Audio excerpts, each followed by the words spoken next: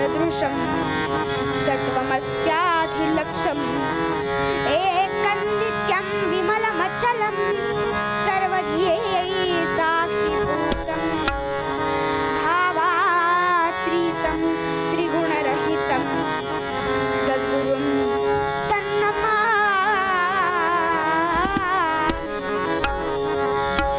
जय जय रघुवीर समर्थ मंगलमूर्ति मोरया। रामा हो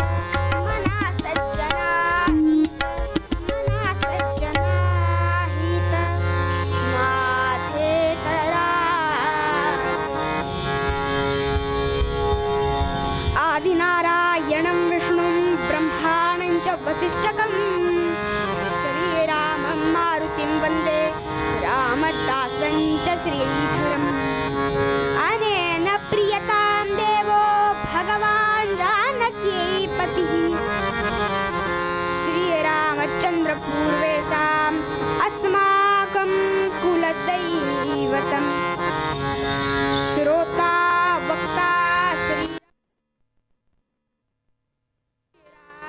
समर्थ श्रीराम समर्थ।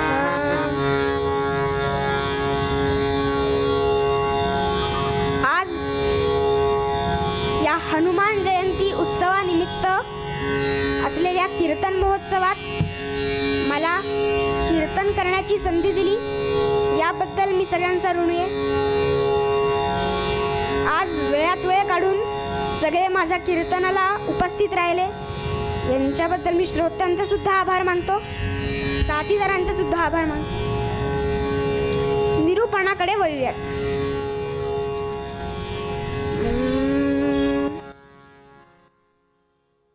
निरूपणाला घेतलेला मनाचा श्लोक समर्थ रामदास स्वामींच्या मनोबोधातला श्लोक आहे। भारतीय संतांनी समाजाला जीवनात जगण्याची विशिष्ट दृष्टी देण्याचा प्रयत्न अव्याहतपणे केला। जीवन म्हणजे केवळ बाल्य नाही, तारुण्य नाही, प्रौढत्व नाही किंवा वृद्धत्व नाही, या चारही गोष्टींची गोळाबेरीज म्हणजेच मनुष्याचं जीवन। त्यात सुख आहे तसं दुःखही आहे, आनंदाचा काळ आहे त्याप्रमाणे संकटही आहेत, आरोग्य आहे तसे रोगही आहेत। म्हणून मनुष्याने आपल्या जीवनात एक नियोजनबद्ध ध्येय वाट ठेवून यश मिळवूनच थांबावं असा उपदेश संत आपल्या वाङ्मयातून आपल्याला सातत्याने करत असतात। अर्थात त्यांच्या वाङ्मयात स्वानुभव हा सिद्ध झालेला असतो। प्रस्तुत श्लोकामध्ये समर्थ रामदास स्वामी आपल्याला सांगतात, बा मना माझ्या हिताचाच विचार कर आणि कल्याणाचे आचरण करण्याची प्रेरणा दे। मनुष्याच्या यश अपयशाला त्याचं मनच जबाबदार असतं। मन एव मनुष्याणां कारणं बंध मोक्षयोः। मनच मनाचा मित्र आणि मनच मनाचा शत्रू। ज्या मनाने ध्येयाचा ध्यास घेतला त्यांच्याकडून महान कार्य उभी केली गेली आणि ज्यांच्याजवळ मनाची धारणा अष्ट करण्याची प्रेरणा नसते त्यांची स्थिती आला प्राणी जन्मासी आला, झाला झाला वाढला थोर झाला, केला केला व्यापतो सर्व केला, गेला गेला बापुडा व्यर्थ गेला। जय जय रघुवीर समर्थ पुंडलिका वरदे हरी विठ्ठल श्री ज्ञानदेव तुकाराम। त्यांची स्थिती अशी होते। म्हणून मनुष्याने आपल्या जीवनात एक नियोजनबद्ध ध्येय वाट ठेवून यश मिळवूनच थांबावं असा उपदेश संत आपल्याला करत असतात। ज्यांच्याजवळ मनाची धारणा म्हणून ज्याला प्रामाणिकपणे स्वहिताची तळमळ निर्माण झाली, मनापासून कष्ट करण्याची प्रेरणा मिळाली, सम्यक अशी जीवनशैली अंमलात आली, त्यांच्याकडनं महान कार्य उभी केली गेली। प्लेटो म्हणत असे, plan the work and workout the plan. उदाहरणार्थ श्री शहाजी महाराजांनी शिवबांना वयाच्या 12व्या वर्षी बादशहाच्या दरबारात न्यायचं ठरवलं। जातानाचा प्रसंग, शिवबांच्या अंगावर पांढरे शुभ्र कपडे होते, डोक्याला जिरेटोप, त्यावर पांढरा शुभ्र मंदिल, कमरेला छोटी समशेर, कडेला पांढरा शुभ्र घोडा, त्याला लाल रंगाचे लगाम। चला शिवबा, दोघे बापलेक निघाले। शिवबा जात्याच चौकस. जाता येताना अनेक प्रश्न विचारत. हा चांदीचा उंबरठा असलेला वाडा कोणाचा? हा वाडा अमक्या सरदाराचा, हा वाडा तमक्या सरदाराचा. ही खून बावडी, ही ताज बावडी, ही मुलूक हे मैदान तोफ. सुरू झाली तर मैदानाची मालकीणच. मैदानात माणूस शिल्लक राहणार नाही. शिवबा ऐकत होते. इतक्यातच किल्ल्याचा दरवाजा आला. भव्य वेस. दरवाजावर एक गुरुजे बहादर उभा होता. कोणी मोठा सरदार आला की गुरुजे बहादर आरोळी देत, अहिस्ते एकदम निगाह रखो होशियार, अमुक अमुक सरदार की सवारी पधार रही है, असं म्हटल्याबरोबर शेजारी एक हत्ती होता. तो कडेच्या हौदातलं सुगंधी पाणी आपल्या सोंडेनं लोकांवर उडवत.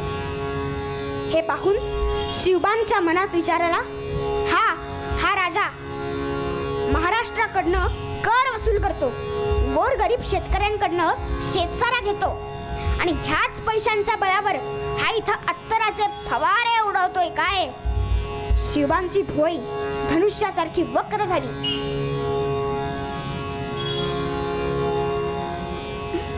शिवबा दरबारात गेले. शहाजी राजांनी बादशहाला मुजरा केला आणि आपल्या जागेवर येऊन थांबले. शिवबांचे मामा जाधवराव सुद्धा दरबारात होते. त्यांनी बादशहाला मुजरा केला आणि जागेवर येऊन थांबले. शहाजी राजे शिवबांना म्हणाले, शिवबा बादशहाला मुजरा करा. आबासाहेब, आम्ही बादशहाला मुजरा करणार नाही. शिवबा, आम्ही सांगतोय मुजरा करा. आबासाहेब, आम्ही मुजरा करणार नाही. या दोघांचा चढता आवाज ऐकताच जाधवराव पुढे आले. म्हणाले, खाविंद, मुलगा मावळ मुलखातलाय आणि लहान आहे, त्याला दरबारचे रीतिरिवाज कुठे ठाऊक असणार. माफ करा, तो आजच्या दिवस तुम्हाला मुजरा करू शकणार नाही. हा प्रसंग पाहताच बादशहाच्या मनात विचार आला, मुलगा तेजस्वी आहे, शहाजीचा बेटा आहे, म्हणून त्यानं वेळ मारून नेली. रहने दो, बेटा घबराया गया होगा. हे ऐकताच शिवबा म्हणाले, आम्ही घाबरलेलो नाही, आम्ही बादशहाला मुजरा करणार नाही. शहाजी राजांनी कडेच्या नोकराला म्हणजेच दौलतीला सांगितलं, जा, ह्याला लवकर घरी घेऊन जा. शिवबा दौलती बरोबर निघाले. पाठोपाठ शहाजी राजा सुद्धा घरी आले. रागातच म्हणाले, जिजा, हे काय संस्कार दिलेस या मुलावर? आम्ही दरबारात सांगितलं की बादशहाला मुजरा करा, तरीही सुद्धा यांनी बादशहाला मुजरा केला नाही. आम्ही सांगत होतो तरी सुद्धा बादशहाला मुजरा केला नाही. तुम्ही या मुलाला घेऊन इथं राहू नका. हा मुलगा आपल्याला धोक्यात आणू शकतो. तुम्ही पुणे प्रांती जा. तिथे दादोजी कोंडदेव आहेत, कान्होजीराव जेधे आहेत. तुम्ही त्यांच्या संगतीने स्वतंत्र राहा. शिवबा, हे असं का बघलात तुम्ही? आबासाहेब सांगत होते ना, मग करायचा ना बादशहाला मुजरा. आई, तुला असं वाटतं की मी बादशहाला मुजरा करावा? तुला असं वाटत असेल तर सांग, मी आत्ता जातो आणि बादशहाला मुजरा करतो. म्हणतो माझ्या आईची इच्छा आहे, माझी इच्छा नाही, म्हणून मी तुला मुजरा करतोय. मी म्हणता नाही, मी म्हणता नाही,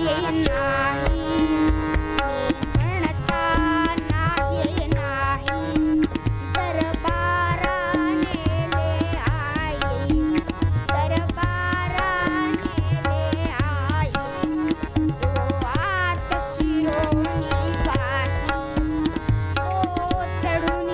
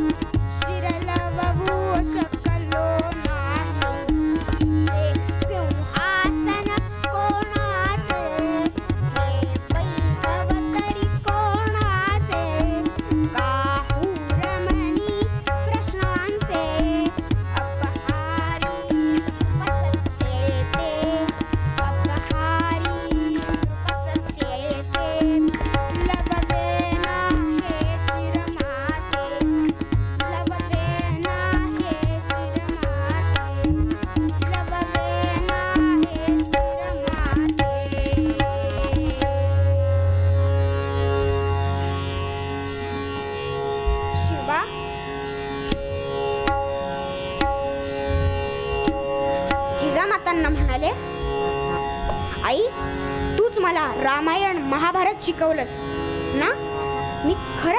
तू खरंच सांग की मी बादशहाला मुजरा करायला हवा होता?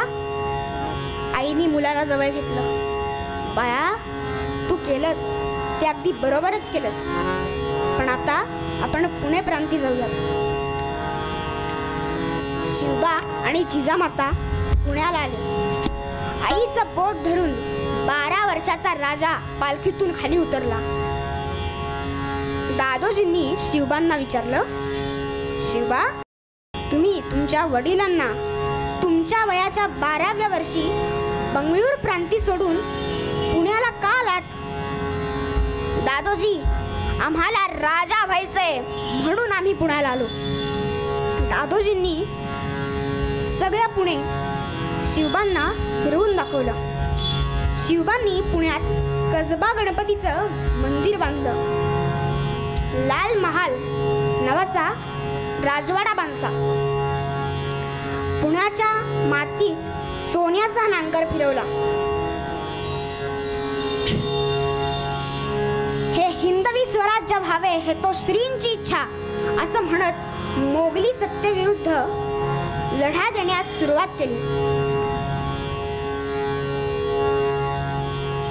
म्हणून ज्याला देवाची, देशाची, धर्माची सेवा करायची त्यांनी आदर्श कोणाचा घ्यावा? तर रघुनायका दृढचित्ती धरावे. प्रभू श्री रामांचा आदर्श घ्या. त्यांनी आपल्या जीवनात एक ध्येय ठेवून त्याचं यश मिळवूनच दाखवलं. आता वाटेत जाताना मी काय करू, कसं करू? अहो, मी रावणाशी युद्ध केलं असतं, पण हा समुद्र कसा ओलांडून जाऊ ना आता? असं राम रडत बसले नाही. त्यांनी ते यश साध्य केलं. आणि हेच समर्थ रामदास स्वामी आपल्याला मूळ पदात सांगतात की मनुष्याने आपलं ध्येय निश्चित करावं. मना सज्जना एक माझे करावे. मना सज्जना एक माझे करावे.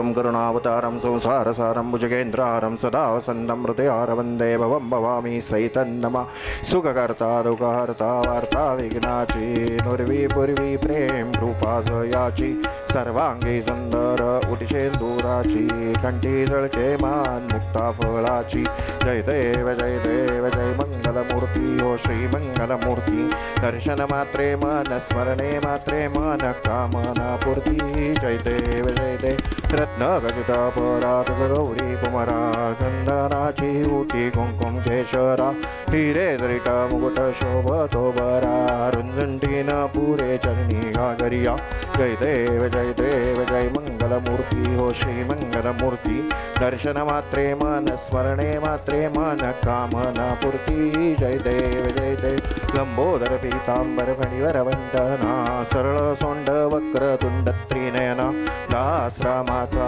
वाट पाहे सदना संकटी पावावे निर्वाणी रक्षावे सुरवर वंदना जय देव जय मंगलमूर्ती हो श्री मंगलमूर्ती दर्शन मात्रे मन स्मरणे मात्रे मन कामना पूर्ती जय देव घालीन लोटांगण वंदीन चरण डोळ्याने पाहीन रूप तुझे प्रेमे अलिंगन अनंत पूजन भावे वाळीन म्हणे नमा त्वमेव माता पिता त्वमेव बंधु सखा त्वमेव विद्या द्रविडं त्वमेव सर्वं मम देव कायेन वाचा मनसेन्द्रिये वा बुद्ध्यात्मना वा प्रकृते स्वभाव करोमि यज्ञं सकलं परस्मै नारायणायति समर्पयामि अच्युतं केशवं राम नारायणं कृष्णदामोदरं वासुदेवं हरे श्रीधरं माधवं गोपिकावल्लभं जानकीनायकं रामचन्द्रं हरे राम राम हरे हरे कृष्ण कृष्ण कृष्ण हरे हरे राम राम हरे कृष्ण कृष्ण कृष्ण हरे गणपती बाप्पा मंगल मूर्ती ओम यज्ञेन यज्ञमय्यन्तरेवास्तानि धर्माणि कृतवान्यासन्नते हनाकं महिमानस्य चिन्तयत्र पूर्वे साध्या सन्ति देवाः ओम राजाधिराजाय प्रसन्नसायिने नमो वयं वै श्रवणाय कुर्महे समे कामान कामकामाय मह्यं कामेश्वरो मयि श्रवणो ददातु कुबेराय वै श्रवणाय महाराजाय नमः ओम स्वस्ति साम्राज्यं भोज्यं स्वराज्यं वैराज्यं पारमेष्ठं राज्यं महाराज्यमाधिपत्यमेन समुद्रपर्याय ईशात् सार्वभौम सार्वाश अन्तापरार्धात् पृथिव्यै समुद्रपर्यन्ताय एकदा इति तदप्येष श्लोको मभीतो मरुतः परिवेष्टारो मरुतस्यावसन्गृहे आवीक्षितस्य कामप्रेत विश्वे देवा सभासदिति ओम एकदन्ताय विद्महे वक्रतुण्डाय धीमहि तन्नो दन्ति प्रचोदयात् मंगलमूर्ती गणपती बाप्पा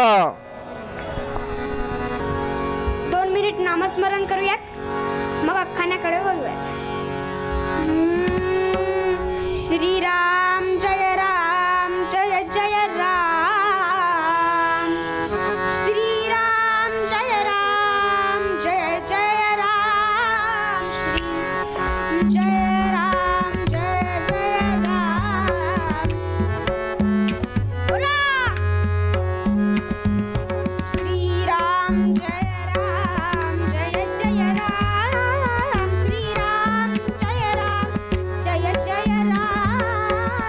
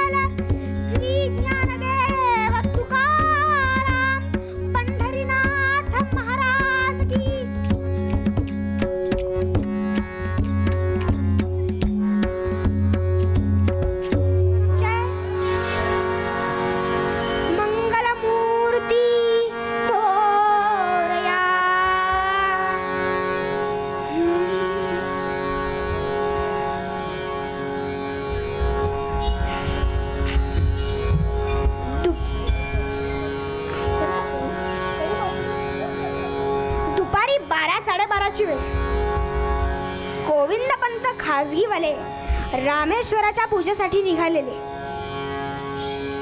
खाली सोळे नेसलेलं, गळ्यात जाड जानवं, डोक्यावरचा चकचकीत गोटा, त्यावरची विधभर शेंडी गाठ मारून बसवलेली, देशस्ती कायावर्ण, मुखात महिम्न स्तोत्र. महिम्न पारंते मर परम विदुषो यद्य सदृशी स्तुतिर ब्रह्मात्येना मपि तदवसन्ना स्वै गिरहा. डाव्या हातात फुलांची बरडी आणि उजव्या हातात शंकराच्या अभिषेकासाठी चांदीची झारी. पंत मंदिरापाशी गेले. समोर एक गुर्जे बहादर होता. अहिस्ते कदम निगाह रखो होशियार, गोविंद पंत खासगी वाले जी की सवारी पधार रही है.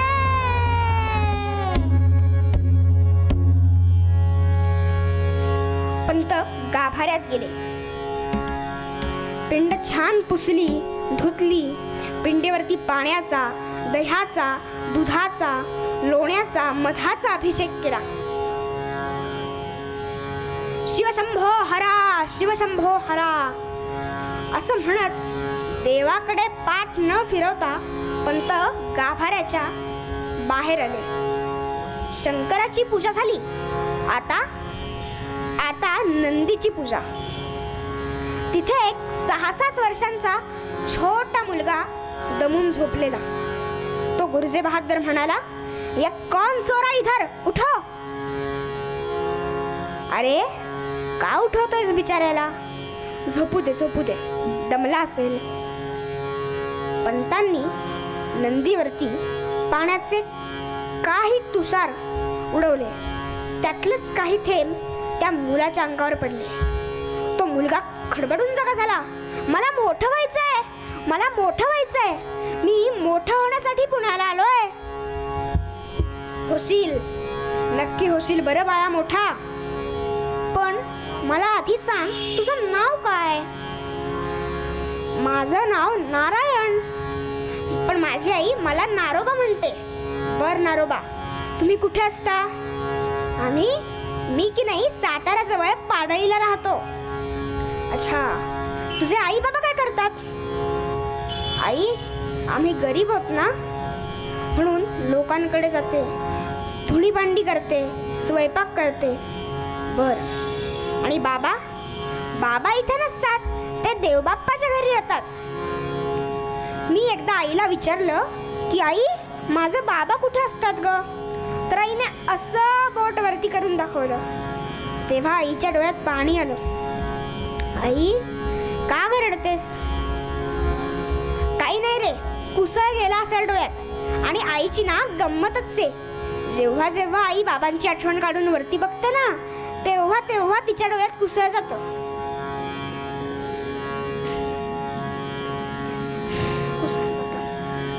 बर, मग येतोस माझ्या घरी?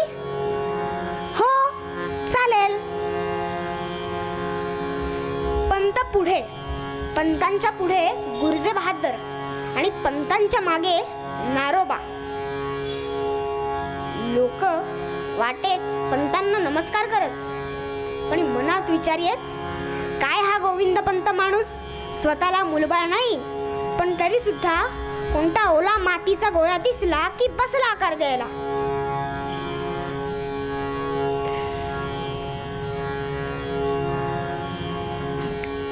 इकडे नारोबाच्या मनात विचार आला की कोण असतील हे? पेशवे? नाही, पेशवे नसतील. पेशवे असते तर पालखीतून आले असते. हे कोणीतरी मोठे आहेत. बर, पंत वाड्याच्या पायऱ्या चढून वरती गेले. वाड्यात ठेवलेली 25 मुलं शिकायला ती बकुळीच्या झाडामागे लपली. माई औक्षणाचं ताट घेऊन बाहेर आल्या. डाळिंबी रंगाचं नऊवारी पातळ चापून चोपून नेसलेलं, दोन्ही खांद्यांवर जरीचा पदर घेतलेला, हातात गोट, बाटल्या, बांगड्या. 40-42चं वय, स्थूल प्रकृती व हसरी मुद्रा. नारोबाला बघताच त्या म्हणाल्या, कुठं मिळाला हा गोपाळ कृष्ण? माई, पोरग 2-3 दिवस उपाशी आहे, लवकर जा, त्याला आज चांगली अंघोळ घाला, नवीन पंचा नेसायला द्या आणि आमच्या पंक्तीला जेवायला बसवा. हे सगळे झाल्यावर चांगुणा, ए चांगुणा, या मुलाला घेऊन जा, चांगली अंघोळ घाल आणि नवीन पंचा नेसायला दे. हे सगळं झाल्यावर नारोबा म्हणाला, चांगुणा ताई, तुमचं देवघर कुठं आहे ग? का रे, कशाला?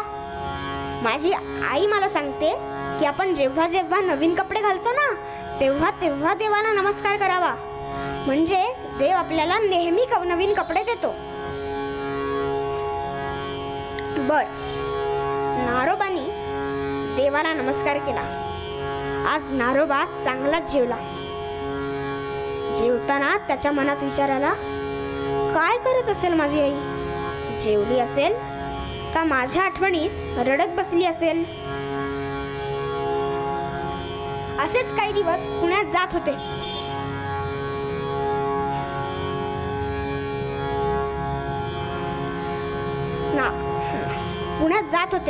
नारोबा पंतांकडे आला. म्हणाला, पंत, मला काहीतरी काम द्या ना.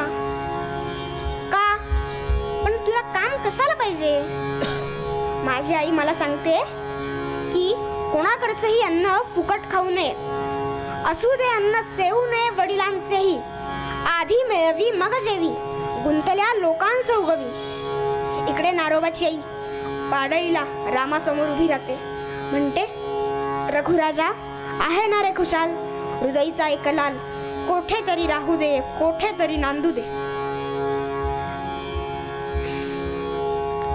पंत, काहीही काम द्या. अरे पण कशाला? बर, मम्मी वाड्यात केरी कचरा काढू? नको, त्यासाठी सेवक आहेत. मम्मी विहिरीवरून पाणी भरून येऊ? त्यासाठी शहागीर आहेत. मम्मी आपल्या वाड्यात सारवण करू? त्यासाठी दास दासी आहेत. मग पंत मी काय करू? बर नारोबा, तू एक काम कर, आम्ही रोज सकाळी सूर्योदयाला 6 वाजता भगवान महाविष्णूंची पूजा करतो आणि दुपारी 12 वाजता रामेश्वराची पूजा. त्यासाठी आम्हाला दररोज 1008 तुळशीच्या मंजिऱ्या आणि 1008 बिल्वपत्र लागतात. ते आणून देण्याचं काम तू सूर्योदयापूर्वी करशील का? हो, मी जोपर्यंत बेल आणि तुळस आणून देत नाही तोपर्यंत सूर्योदय होणारच नाही. नारोबा आपलं काम करू लागला. लोक म्हणत, मूर्ती पूजेनं चांगली दिसते. दिवस न चुकला कधीही, दिवस न चुकला कधीही, दिवस न चुकला कधीही, मूर्ती पाहोनी बोलती रावा.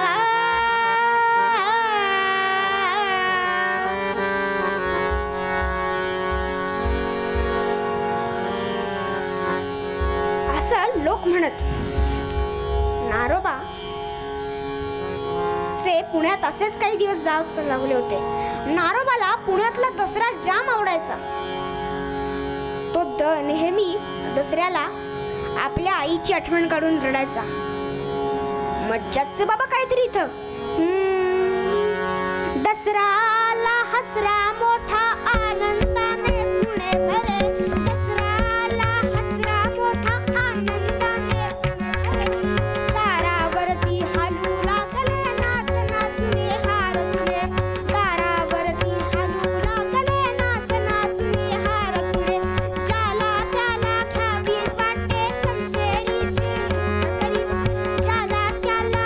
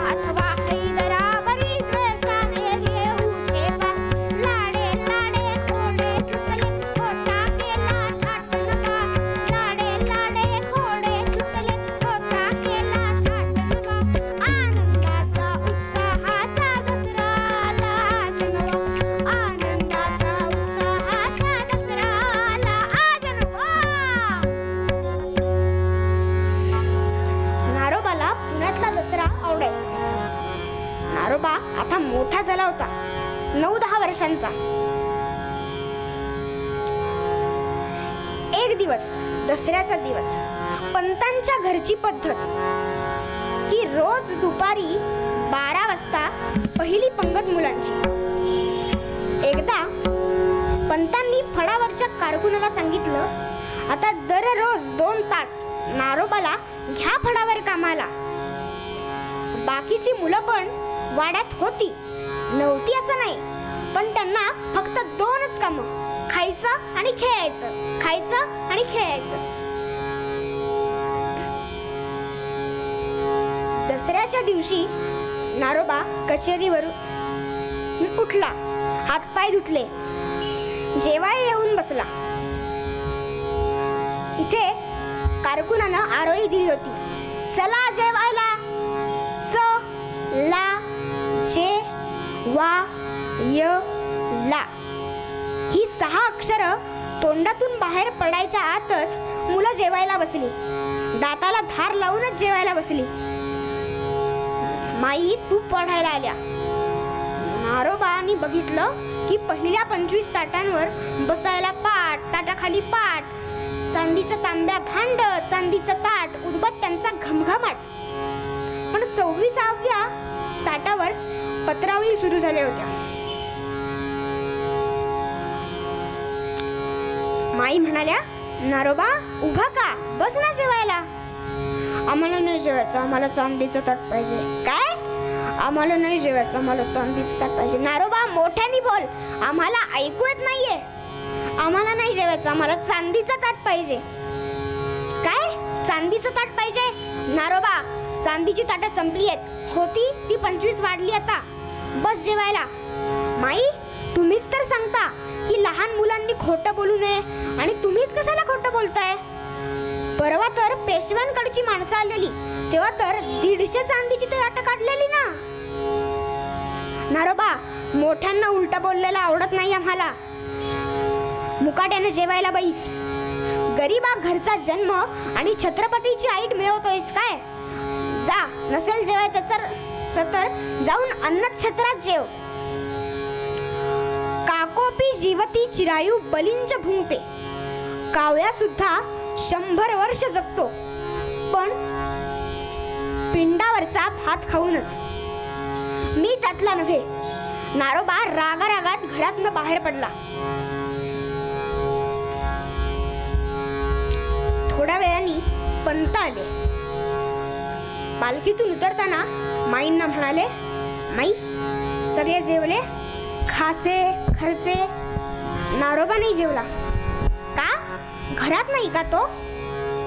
माईंनी घडलेला प्रसंग पंतांना थोडक्यात सांगितला. पण असं का केलं त्याला? चांदीचा ताट होतं ना, मग द्यायचं ना. माई म्हणाल्या, पाहिले त्या डिवचून नाग आहे, पाहिले त्या डिवचून नाग आहे, पाहिले त्या डिवचून नाग आहे, पाहिले त्या डिवचून नाग आहे. दुग्ध घेणारा सर्प मात्र नोहे, दुग्ध घेणारा सर्प मात्र नोहे, मात्र नोहे, मात्र नोहे. पण आता कुठं शोधायचं त्याला? कुठं गेला असेल तो? रामेश्वराच्या मंदिरापाशी गेला असेल. अजून कुठं जाणार? पंत मंदिरात आले. नारोबाला हाक मारली, नारोबा चल जेवायला, माई वाट पाहतीये. नारोबा आला, पंतांच्या समोर आला. पंत मला माफ करा, मी चुकलो. मी तुम्ही येण्याची वाट बघितली पाहिजे होती. मी असं घरातनं बाहेर नव्हतं पडायला पाहिजे.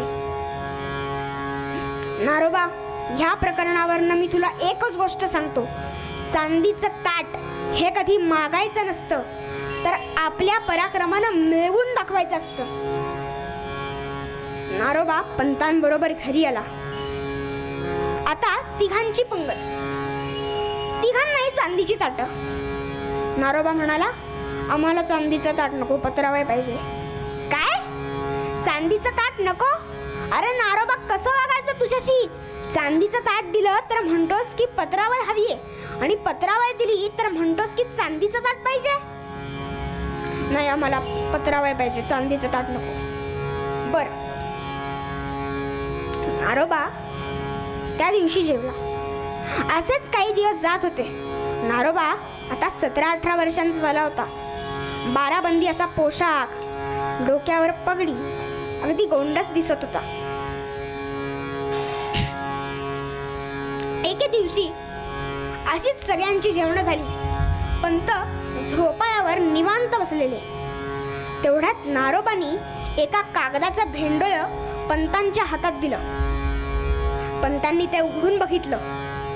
ते म्हणाले, वाह, सुरेख, हे तर लगेच श्रीमंतांना दाखवायला पाहिजे. पंत लवकर पालखीत बसले. शनिवार वाड्याकडे गेले. आम्हाला श्रीमंतांना भेटायचे. श्रीमंतांची आत्ता विश्रांतीची वेळ, तुम्ही नंतर या. हे काम आम्हाला द्या. श्रीमंतांची विश्रांती झाली. त्यांनी हा कागद उघडून बघितला. त्यांच्या तोंडातून उद्गार बाहेर पडले. वाह, सुरेख, केवढी सुरेख मांडणी, केवढं नीटनेटकं हस्ताक्षर. हे तर छत्रपतींच्या तोडीचं काम, माता जिजाऊंच्या तोडीचं काम.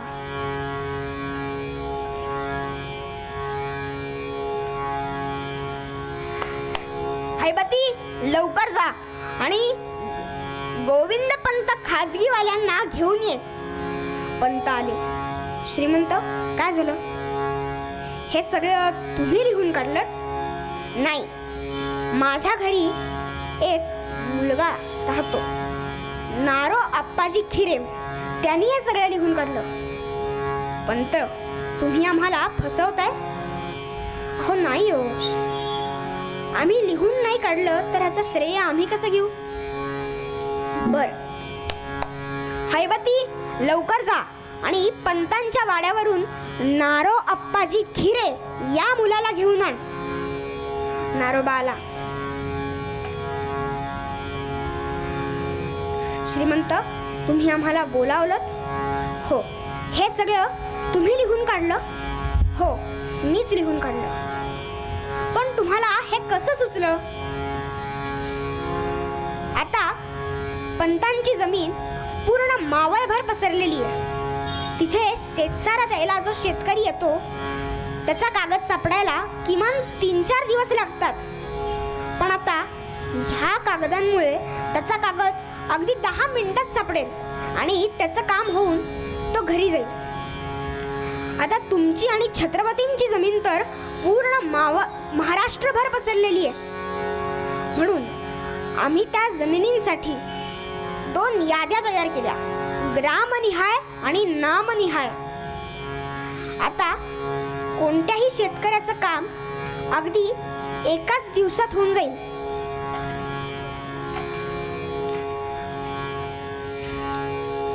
अगदी एकाच दिवसात होऊन जाईल.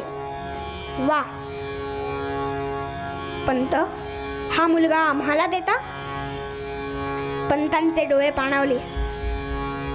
पंत म्हणाले, आम्ही मुलांना हाताशी धरतो, कारण त्यांनी पुढे होऊन देशाची, देवाची, धर्माची रक्षा करावी. देशाचं, राष्ट्रासाठी खूप मोठं कार्य करावं, म्हणून आज आमच्या कष्टाचं चीज झालं. हैबती, जा आणि आपल्या नारोबाला 2 चांदीच्या ताटातनं नायक कोतवालाचे वेश आणा. हे पंतांच्या घरातला नोकर खिडकीतून चोरून पाहत होता. त्याची तर बोबडीच वळली. तो धावत निघाला. माई माई माई, आपल्या नारोबानी चोरी वगैरे तर केली नाही ना? नाही, चांदीच्या ताटाची चोरी? बापरे पेशवन. एवढ्यात मागणं पंत आले. म्हणाले, माई लवकर चला, आपल्या नारोबाच्या औक्षणाची तयारी करा. ज्या तुळशी बागेतून आपला नारोबा गेले कित्येक वर्ष तुळस आणि बेल तोडतोय, ती तुळशी बाग श्रीमंतांनी नारोबाला भेट दिलीये आणि पुण्याचा नायक कोतवाल केलाय. अशा प्रकारे नारो अप्पाजी खिरे झाले नारो अप्पाजी तुळशीबागवाले. त्यांनी आपल्या वृद्ध आईला पुण्यात आणलं. देशासाठी, देवासाठी, राष्ट्रासाठी, धर्मासाठी खूप मोठं कार्य केलं. धर्मासाठी खूप मोठं कार्य केलं.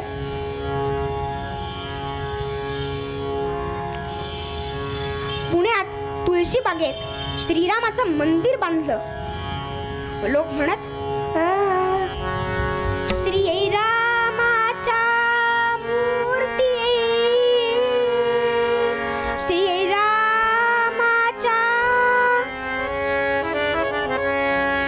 श्रीरामाच्या मूर्ती तुळशी बागेमध्ये कशा रमल्या. श्रीरामाच्या मूर्ती तुळशी बागेमध्ये कशा रमल्या. ज्याला त्याला पावती, ज्याला त्याला पावती. श्रीमंतांच्या मनामध्ये भरल्या. राम राम राम हरे हरे राम राम राम राम रघुत्तमा राम राम राम राम सीतापते राम राम राम राम हरे हरे राम राम राम राम सीतापते राम राम राम राम हरे हरे राम राम.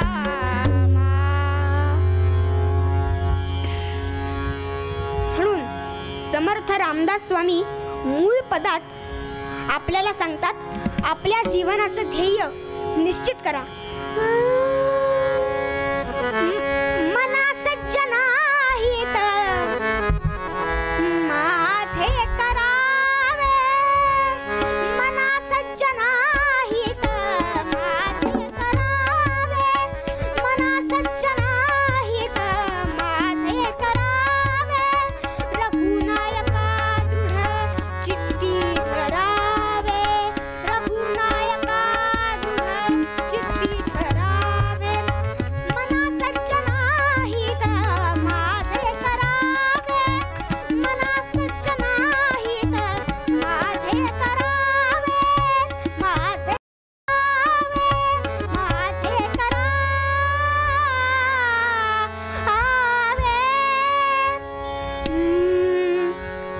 झाले कीर्तन शेवट गोड करा. मनी थरा श्री जानकीच्या वरा. कीर्तन रंगी वाजवा करतारी. नाम घोष पातका होय होय. देव कल्याण साम्राज्य सुखनाशी.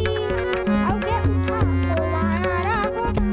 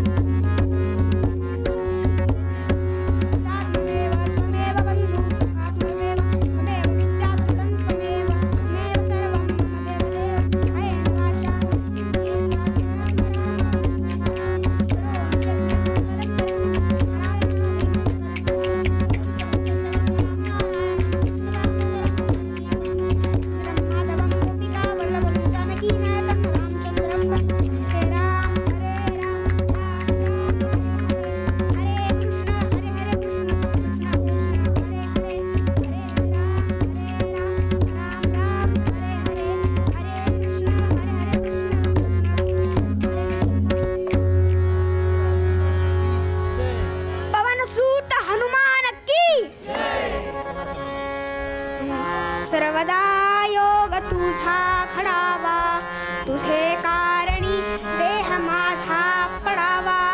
उपेक्षू नको गुणवंता अनंता, रघुनायका मागणे हेची आता.